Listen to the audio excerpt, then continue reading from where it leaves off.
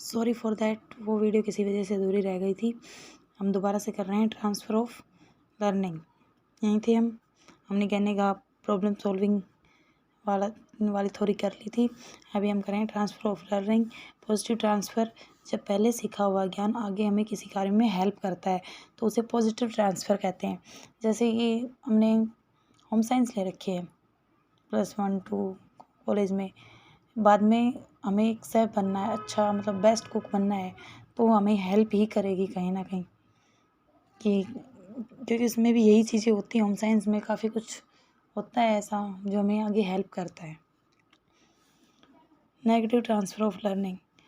Negative transfer of learning, पहले सीखा हुआ ज्ञान आगे प्रॉब्लम क्रिएट करे। पहले सीखा हुआ ज्ञान आगे प्रॉब्लम क्रिएट करे। फॉर एग्जांपल, कोई बच्चा है जो स्टार्टिंग से ही हिंदी मीडियम से पढ़ा है, ग्रामीण परिवेश में रहा है, उसको एकदम से हम इंग्लिश मीडियम स्कूल में डालते हैं तो उसको कहीं ना कहीं प्रॉब्लम होती है स्टार्टिंग में। माना बाद में वो धीरे धीरे सीख जाता है, लेकिन स्टार्टिंग में उसको प्रॉब्लम होती है उस चीज़ से, एकदम से वो नहीं समझ पाता है इन सारी चीज़ों को। तो ये होती है negative transfer of learning. Zero transfer of learning, ना हेल्प करे ना प्रॉब्लम क्रिएट करे, जिससे कोई फ़र्क नहीं पड़ता। आपने सिलाई सीखी है और आपको खाना बनाना सीखना है, तो उसमें वो कोई ना तो हेल्प करेगी सिलाई वाली बातें, और ना ही उसमें प्रॉब्लम क्रिएट करेगी कि आपने भाई सिलाई सीख ली तो अब आप खाना नहीं बना सकते। नंबर 4 है पार्श्वी अंतरल लेटररी ट्रांसफ़र। ये जो होता है, जो चीज़ें सीखी हैं उसी का सेम लेवल पर ट्रांसफ़र होना। कोई भी चीज़ हमने सीखी है उसी का सेम लेवल पर ट्रांसफ़र हो जाना। जैसे कि स्कूल में टीचर ने सब्ट्रैक्ट सिखाई कि 8 - 2 करोगे तो 6 आएगा। घर पर आने पर बच्चे को मम्मा ने बोला कि फ्रिज में एप्पल रखे हैं, अब उनमें से 6 एप्पल ले आओ। तो बच्चा 6 एप्पल लाने के बाद बता देगा कि उसमें 2 एप्पल बचे हैं। इसी तरह से और भी काफ़ी होता है कि जैसे सेम लेवल पर ही होता है। जब सब्ट्रैक्ट सीखे तो सब्ट्रैक्ट ही कर रहा है, ऐड सीखे तो ऐड ही कर रहा है। वो पार्श्वी अंतरण होता है लर्निंग का। कोई भी कहानी सुनी है स्कूल में, उसी को सेम कहानी को घर आकर बताना। अनुलंब अंतरण और दिया वर्टिकल ट्रांसफ़र ऑफ लर्निंग, ये होता है हाई लेवल पर, मतलब कुछ भी चीज़ लो लेवल की सीख कर फिर उसको हाई लेवल तक सीखना, सेम चीज़ बट वो सेम होनी चाहिए। जैसे कि हमने छोटी छोटी चीज़ों को मल्टीप्लाइज करना सीखा, छोटी छोटी संख्याओं को मल्टीप्लाई करना, 2 × 2 4, 3 × 3 9। छोटी छोटी चीज़ों को सीखने के बाद बच्चा बड़े बड़े ट्रिपल डिजिट के 4 डिजिट के अक्सर मतलब संख्याओं की मल्टीप्लाई करता है, या फिर वाक्य लिखना सिखाने के ऊपर बच्चा पूरी कहानी लिखता है, उसको बोलते हैं वर्टिकल ट्रांसफ़र ऑफ लर्निंग। अंतरण sequential transfer of learning, equal level पर। सिक्वेंशियल वाला होता है इक्वल लेवल पर, ऐड करके सब्ट्रैक्ट मल्टीप्लाई डिवाइड ये सब सीखना है। जैसे साइकिल सीखी, साइकिल के बाद स्कूटी, फिर कार। इक्वल लेवल चेंज नहीं हो रहा है इनका, इक्वल लेवल पर ही सीख रहे हैं।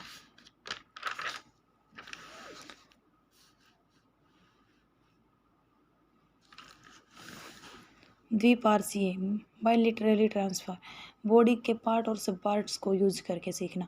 हम जैसे राइट हैंड से लिखते हैं, हमेशा हम राइट हैंड से लिखते हैं, और मान लो कोई चोट वगैरह लग जाए हमारे राइट हैंड को तो हम लेफ़्ट हैंड से लिखने लग जाते हैं। अभी हमने लेफ़्ट हैंड से लिखने की प्रैक्टिस तो नहीं की थी, पर हम फिर भी उससे लिख लेते हैं कुछ।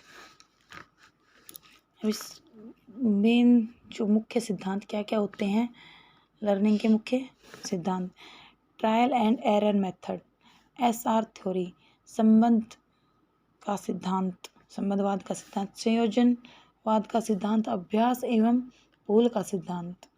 ये सारे सिद्धांत एक ही सिद्धांत के अनेक नाम है। SR theory, stimulus response theory, संबंधवाद का सिद्धांत, संयोजनवाद का सिद्धांत, अभ्यास एवं भूल का सिद्धांत। और ये दिया है थॉर्नडाइक ने, टी से ट्रायल, टी से थॉर्नडाइक, तो इसको कॉम्बिनेशन याद कर लें, टी से ट्रायल, टी से थॉर्नडाइक। थॉर्नडाइक ने पहले क्या ना, पहले जो भी साइंटिस्ट या साइकोलॉजिस्ट थे, अब पहले एनिमल्स के ऊपर रिसर्च करते थे, एनिमल्स पर रिसर्च करते थे। जब उन पर सक्सेस हो जाते थे उसके बाद उसको ह्यूमन बींग्स पर, बच्चों पर रिसर्च के अप्लाई किया जाता था, क्योंकि कहीं ना कहीं डर रहता है कि भाई डायरेक्ट बच्चों पर कर दें तो कहीं कुछ गलत ना हो जाए। तो थॉर्नडाइक ने भी सबसे पहले 1898 में जब ये एनिमल्स पर कर रहे थे एक्सपेरिमेंट, उस टाइम एनिमल्स एक्सपेरिमेंट नामक एनिमल्स पर एक्सपेरिमेंट करते 1898 में, तब इनकी बुक थी एनिमल्स इंटेलिजेंस। बुक का नाम है एनिमल्स इंटेलिजेंस। उसके बाद educational psychology book, second book इनकी एजुकेशनल साइकोलॉजी बुक 1913 में आई थी। 1913 में इनकी बुक एजुकेशनल साइकोलॉजी, और एनिमल पर एक्सपेरिमेंट कब किया था उन्होंने 1898, और उनकी बुक का नाम था एनिमल इंटेलिजेंस। अब हम इनके नाम देखते हैं कि इतने नाम ये कैसे हुए, इनका क्या संबंध है इस थ्योरी से। Trial and error method first time use in 1898 में, trial and error method first time use हुआ 1898 में।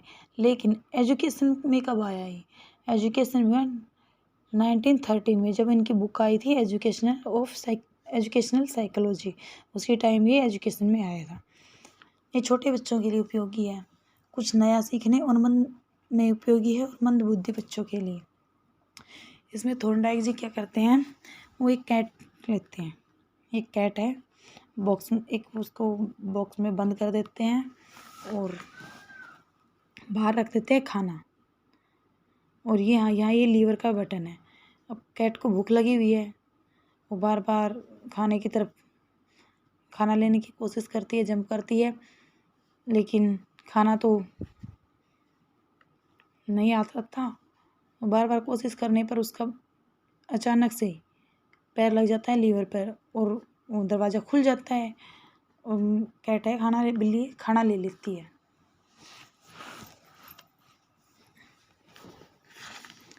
इसी तरह से वो फिर से ट्राई करती है, और फिर से इधर उसका गेट खुलता है, और वो फिर से बॉक्स खुलता है, फिर से खाना ले लेती है।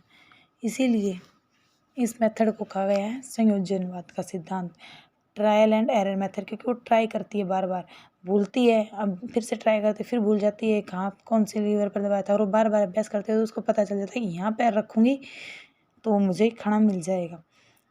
संयोजनवाद का सिद्धांत भी इसीलिए कहा गया है कि संयोग से ही तो उसका पैर लगा था वहाँ, उसको पता नहीं था। और संबंधवाद का भी इसलिए कहा गया है क्योंकि फिर संबंध बन जाता है बिल्ली का, उसको पता लग जाता है कि यहाँ पैर रखोगी तब खाना मिलेगा, इसका संबंध बन जाता है। अधिगम के 3 मुख्य नियम दिए हैं, थॉर्नडाइक ने अधिगम के 3 मुख्य नियम दिए हैं। फर्स्ट तत्परता का नियम, लॉ ऑफ रेडीनेस। अभ्यास का नियम, लॉ ऑफ प्रैक्टिस। प्रभाव का नियम, law of affect. Law of affect, इसको सुख और दुख और संतोष एवं असंतोष का नियम भी कहा गया है। 3 मुख्य हैं। मतलब थॉर्नडाइक का कहना है कि जब तक तैयार नहीं होता बच्चा, जब तक तैयार नहीं होता कुछ नहीं सिखा सकते हम। तो सबसे पहले उसका तैयार होना जरूरी है सीखने के लिए, उसके बाद प्रैक्टिस, और उसका प्रभाव भी उसके ऊपर पड़ना चाहिए। जब तक प्रभाव नहीं पड़ेगा वो नहीं सीख पाएगा। अब उसके थॉर्नडाइक ने 5 गौण नियम दिए, 3 तो मुख्य नियम है, 5 गौण नियम है। अभी क्वेश्चन कैसे आता है कि कभी कभी पूछ लेता है कि भाई 3 मुख्य नियम कौन से हैं, तीनों नियम ये डाल देगा, एक कोई अलग डाल देगा। या फिर पूछ लिया कि गौण नियम कौन सा है, तो 3 ये डाल के एक इन गौण नियम में डाल देगा, ये 3 ये डाल के एक मुख्य नियम डाल देगा, और पूछेगा कि एग्जामिनर इसमें मुख्य नियम कौन सा है अधिगम का। तो गौण नियम कौन कौन से हैं, बहु अनुक्रिया का नियम, मल्टी रिस्पॉन्स थ्योरी, मानसिक स्थिति का नियम, मेंटल लेवल, आंशिक प्रतिक्रिया मतलब टुकड़ों में सीखना, छोटी छोटी चीज़ों को बांट बांट कर सीखना, सहस्त्रीय का नियम, एक दूसरे को मिक्स मैच करके सीखना, समानता का नियम, सिचुएशन के अकॉर्डिंग डील करना, समानता का नियम सिचुएशन के अकॉर्डिंग डील करना। अब हम सेकंड थ्योरी करते हैं, अंतर्दृष्टि, सूझबूझ या इनसाइट थ्योरी। अंतर्दृष्टि, सूझबूझ, इनसाइट थ्योरी, ये थ्योरी है कॉलर की। इन्होंने 1912 में 1912 में इन्होंने ये थ्योरी दी थी। इनका एक ग्रुप था, ग्रुप में था गेस्टाल्ट, गेस्टाल्टवादी कहते थे उनको। गेस्टाल्ट का जो मीनिंग होता है ना, गेस्टाल्ट का मीनिंग होता है एट दी होल, समग्र या संपूर्ण, पूरा का पूरा। समग्राकृति का सिद्धांत है कि किसी चीज़ को कंप्लीट रूप से एनालाइज करना, किसी चीज़ को कंप्लीट रूप से एनालाइज करना, समग्राकृति। गेस्टाल्टवादी, गेस्टाल्टवादी कौन कौन थे? कोलर, कोफका, वर्दीमर, कुर्टलैंड, ये जो चार थे जिन्होंने गेस्टाल्टवादी, चारों के ग्रुप को कहा गया था गेस्टाल्टवादी। कोलर, कोफका, वर्दीमर, कुर्टलैंड। कुर्टलैंड की एक थ्योरी है फील्ड स्पेस थ्योरी, क्षेत्रीयवाद का सिद्धांत, ये कुर्टलैंड की है।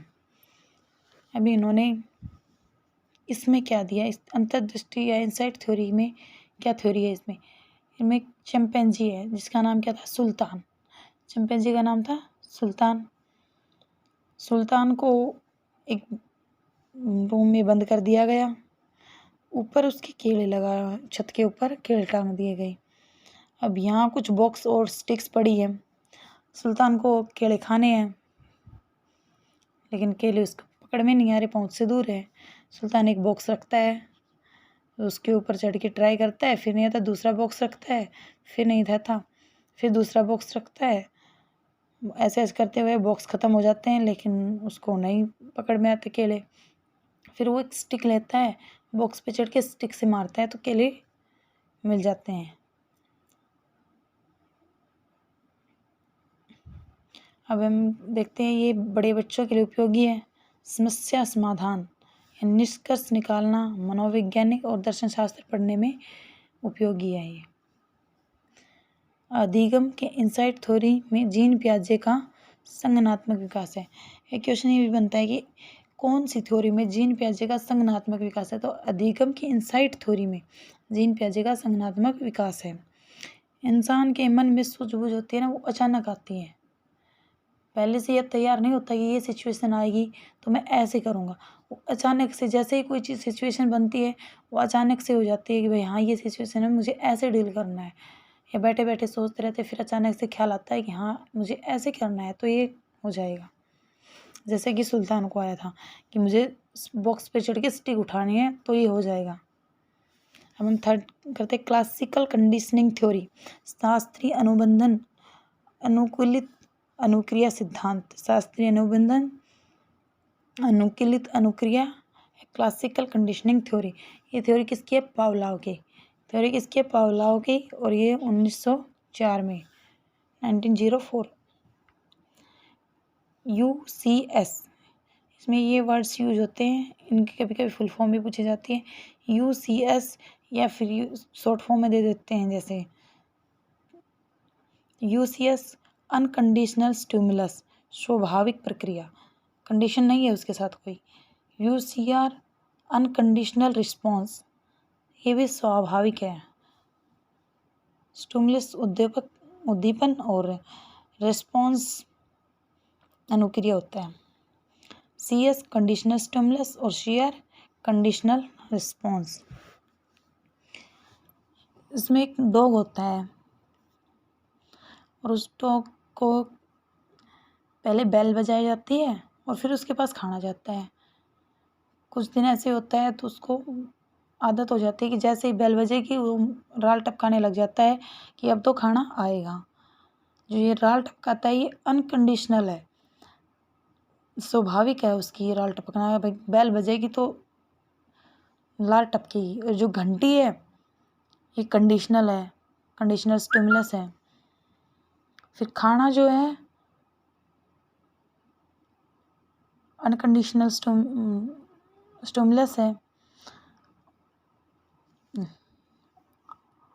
तो लार क्या है?